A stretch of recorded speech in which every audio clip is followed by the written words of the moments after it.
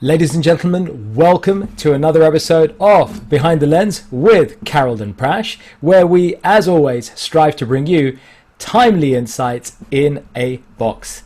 So, today we want to talk about a certain type of anxiety which seems to have gripped employees and employers alike across corporations and small businesses alike. And that is the anxiety that is around emails for furloughed staff. Email anxiety for furloughed staff. Apparently, 7 in 10 furloughed employees check their inbox whilst they have been laid off, despite this potentially being considered a breach of company rules and regulations. There's more to this than meets the eye. Carol, what's going on here?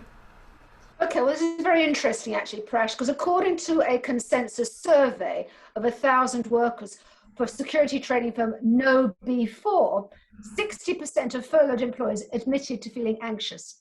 Now, we all know that there's no government guidelines at this particular moment. But what is happening is that furloughed staff are really concerned about what is it going to be like when they get back to work, because they're going to have an inbox. As we well know, people are spending 24/7 on their email. So therefore, there are going to be major concerns that they're going to spend like 1 day, 2 days. I've had one client who says to me that they are concerned they're going to spend a whole week just catching up with their emails. So even though technically they're not meant to be actually, picking up their emails, actually they are doing so because they are concerned. And that in itself causes stress and anxiety.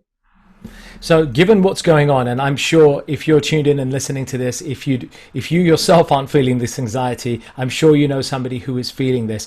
And there's got to be a better way, and at the same time, meet the needs or the concerns that employers and employees have alike. What can we do about this? Okay, well, first of all, it comes down to the organization. The organization have to be clear, really, really clear with their communications. They need to be aware that possibly their employees are going to want to do this in terms of answering their emails. So they should be very clear, first and foremost, about what is expected of them. We all know that in time gone by, employers should not be actually asking their employees to answer them outside of office hours. Well, because it's all got rather hazy at the moment, what are office hours? So that's first of all. Second of all, have empathy with their staff and be aware of their well-being. Check in with employees to see how they are, to see how they're doing. Try and spot any signs of mental health problems, because there could be feelings of isolation, loneliness. Third of all, to be aware that actually we can be addicted to email and recognize that in ourselves, because we really want to know. The curiosity value is enormous. I just want to know who that ping was from and who that was from, and buddy with somebody else. So maybe they can keep you on track when you're actually busy thinking about 24/7 emails. Excellent. Some really good insights there. Thank you, Carol.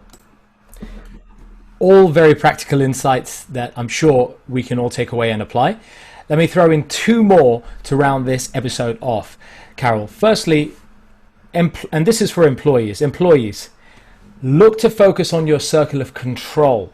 Look at what you can control and influence rather than the stuff that you can't. So rather than letting your anxiety get the better of you, look to see what you can do within your current capabilities and your current setup. If you are furloughed at home, look at what professional self-training you can do. Don't wait for the company to give this to you. Look at what self-training you can do. There are many affordable courses available on sites like Udemy where you can train yourself up and do personal learning, self-study on things like anxiety, like strengthening your resilience, like personal branding. There are other skills that you can pick up whilst you're at home and use those to put your focus so you're going to be more empowered when you get back into the workplace.